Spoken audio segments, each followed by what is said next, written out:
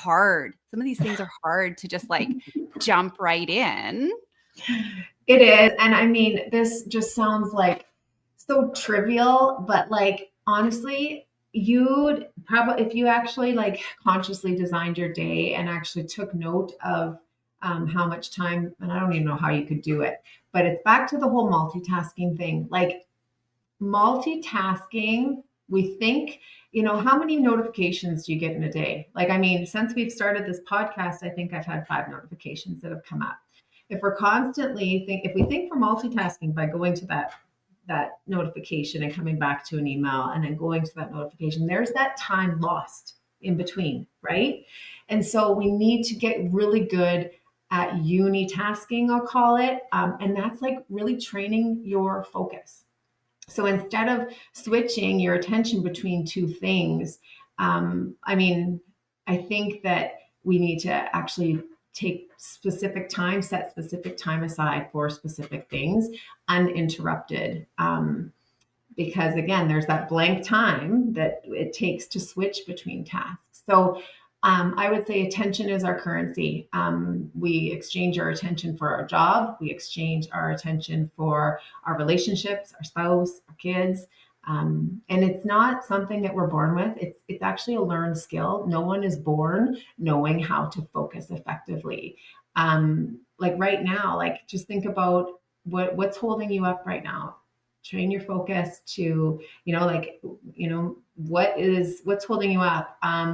What's running? Is the furnace running in the background? Do you have is there cars driving by? This is like getting your 5 senses so that you can focus in the present moment. So you can choose what you're paying attention to. And I think for humans, that's our competitive advantage. We can shift what we're paying attention to. So we need to be able to practice being focused. Back to my point. Sorry, I tend to ramble. Like if we're focusing our attention on a specific experience, like drinking our coffee, if and when our thoughts wander, we bring it back to the task at hand. So this is again bringing in your 5 senses while experiencing that warm drink. And practicing consistently is important because we're training our brain on how to pay attention. Yeah. Heather, you spoke about transitions, which is a big one that kind of came from a big chunk of that came from working from home. But I also see of like time management and boundaries, like they also go with transition. So any thought on boundaries of how we do that? Because I think that's going to help then with what Erica's referring to, right? To find the uninterrupted time, the focus, but we also have this boundary component.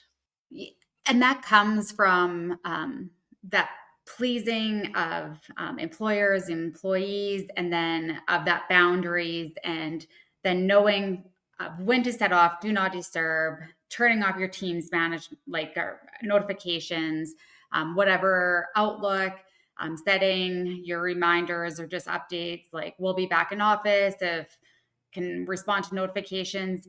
And especially in this time and age, we're available 24/7 essentially with cell phones, with iPads, tablets, but it's okay to say, we'll answer at such and such day. If I receive one of those, I'm like, okay, like a response then.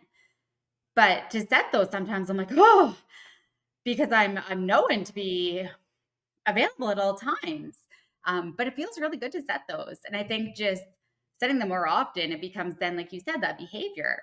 And as in that management position, it's almost like, oh, does that mean that I'm not, as available then for my team? But you're setting that, then leading by example. And so it's important for those managers and employers to be leading by example of turning off those notifications and not being available 24/7, because we don't expect our team to be. So as that management employers, it's important to also set those boundaries and those times that we are and not available. And I also know I kind of went, but it's important to be able to set those and have those transitions. And I heard this really, I was at a conference this weekend, a mental wellness one, and it was also thinking, is this a feather or a brick? And I'm sure you guys have heard this, But when something comes up, you need to think, am I going to think of this as a feather issue or a brick feather? And if every little thing we think that's a brick, by the end of the day, you're carrying a bunch of bricks. And that's hard to move forward with. But when things come up, I think, oh, that's just a feather. That's just a feather. Then I can continue to move forward. And even setting like those boundaries, that's a feather. That's not a brick. So I can set those boundaries. So it was just a really good analogy that I hadn't heard of before. And I'm like, I am using that. So you can use that even within the wellness space, the workplace wellness space. So that was just a little nugget that I want to leave or like bring in as well. Yeah, I love that, because we all are guilty of like having too many bricks, and then we feel overwhelmed. And when we feel overwhelmed, it's like, how do I even start? Right.